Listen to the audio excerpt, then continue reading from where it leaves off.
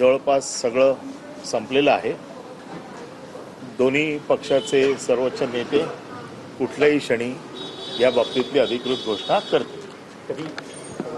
कुठल्याही क्षणी म्हणजे आजपासून कुठल्याही क्षणी। जागा वाटपाचा काही फॉर्म्युला ठरलेला आहे असं हे ज्या वेळेला जागा वाटप म्हणजे घोषणा होईल अधिकृत, त्यामध्ये सगळ्या गोष्टींची उत्तरं दिली जातील आणि तुम्हाला सगळ्या गोष्टींचे जे काही अपेक्षित प्रश्न आहेत ते त्या ज्या वेळेला याची घोषणा केली जाईल त्यावेळेला तुम्हाला कळवलं जाईल।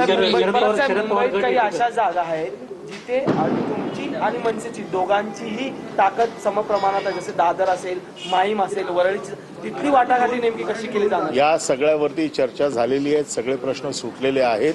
मी तुम्हाला हेच सांगितलं की अंतिम निर्णय कुठल्याही क्षणी जाहीर केला जाऊ शकतो।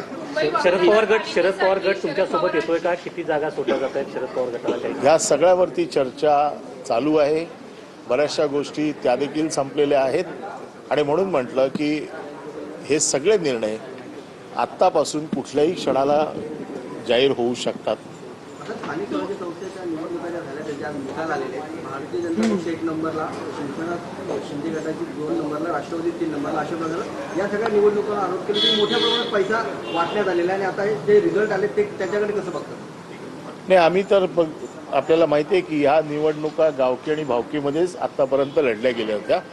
शिवसेना देखील त्याच पद्धतीने या निवडणुका लढत होती आणि ह्या वेळेला पैशाचं अफाट प्रदर्शन किंवा पैशाचा वारेमाप वापर किंवा पैशाची गारपीट ही या निवडणुकीमध्ये झाली आहे आणि त्याचे ते निकाल आहेत। भाजपचे नेते असं म्हणतात की ही नगर परिषद नगरपंचायतच्या निवडणुका झाकी आहेत, महापालिका अजून बाकी आहेत, महापालिकेवर सुद्धा 150च्या प्लस जागा या भाजप जिंकेल आणि त्याचबरोबर महायुतीचा महापौर यावेळेस बसेल। आता ज्या महानगरपालिकेत 100 जागा आहेत तिकडे ते 150 जिंकणार आहेत। त्यामुळे जशा निवडणुका समोर येतील त्यावेळेला प्रत्येक पक्षाची काय ताकद आहे ही त्या निवडणुकीत बघितली जाईल आणि दाखवली जाईल। काँग्रेसने सरसी केलेली दिसते, काँग्रेसला चांगलं यश मिळालेलं आहे। भाजप आणि शिंदे नंतर काँग्रेसने सुद्धा आपलं चांगलं खातं उघडल्याचं पाहायला मिळतंय। मुंबईत मात्र ते स्वबळावर, त्यांनी स्वबळाची घोषणा केलेली आहे। आम्ही देखील पूर्ण तयारी करतोय निवडणूक लढायची। आम्हाला एक गोष्टीचा विश्वास आहे की मुंबईची जनता ही नेहमी शिवसेनेबरोबर आणि ठाकरेंबरोबर राहिलेली आहे। यावेळेला दोन्ही ठाकरे एकत्र लढत आहेत, त्यामुळे मुंबईतली जनता ही 100% ठाकरेंबरोबर राहील असा आमचा विश्वास आहे। परंतु 2 दिवसात जे ते नामांकन भरण्याची तारीख आहे, कधीपर्यंत तुमचं जागा वाटपाचा तिढा सुटेल? कारण की अवघे शेवटचे 2 दिवस आतापासून कुठल्याही क्षणी।